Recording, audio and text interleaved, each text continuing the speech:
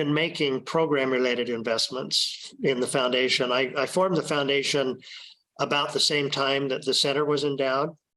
And the foundation, the primary purpose was, really to promote and facilitate impact investing. But, also in all of the sectors of impact to exemplify that in its work. So we made a number of program-related investments that helped to build this ecosystem that I talked about, but also direct investments into very early stage, highly catalytic, purpose-first type investments that I think were really important tools for those companies at a very early stage. And those companies had remarkable success. And we have a portfolio of about 70 or so, some of them first-time funds, some of them direct investments, reaching about 600 million people in terms of the impact, overall 17 sustainable goals in terms of the sectors that they address. So we had real success with that, and we were looking at it, we thought, well, we're doing pretty well with the 5%. And we realized that people like Heron and Clara Miller and others that had made this decision to go 100% had been able to do that. And we thought we really need to focus on the other 95%. And at that point in time, it was a time when we felt like if we could do this in a way that could be maybe inspirational for others and open it up so others could see what we do, that again, it'd be part of our mission.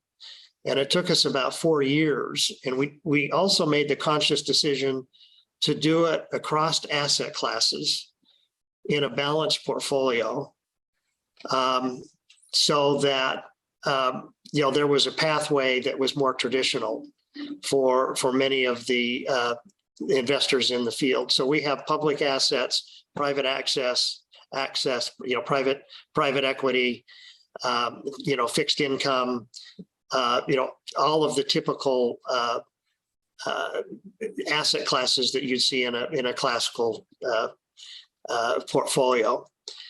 And we've been able to do that. We're beating the benchmarks. And again, we are addressing all of the 17 sustainable development goals.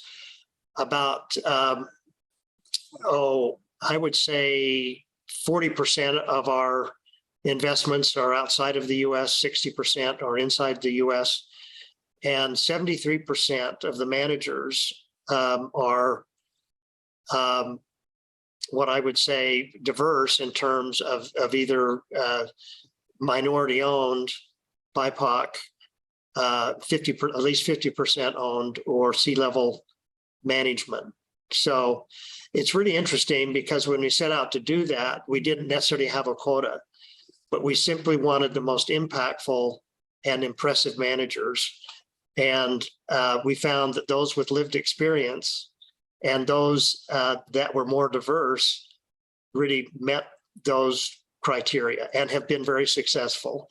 And our private investments are generating right now at an average about of a 60% internal rate of return, doing extremely well. And many of these are fairly early stage funds, but very dynamic in terms of the impact and the management teams that are in place.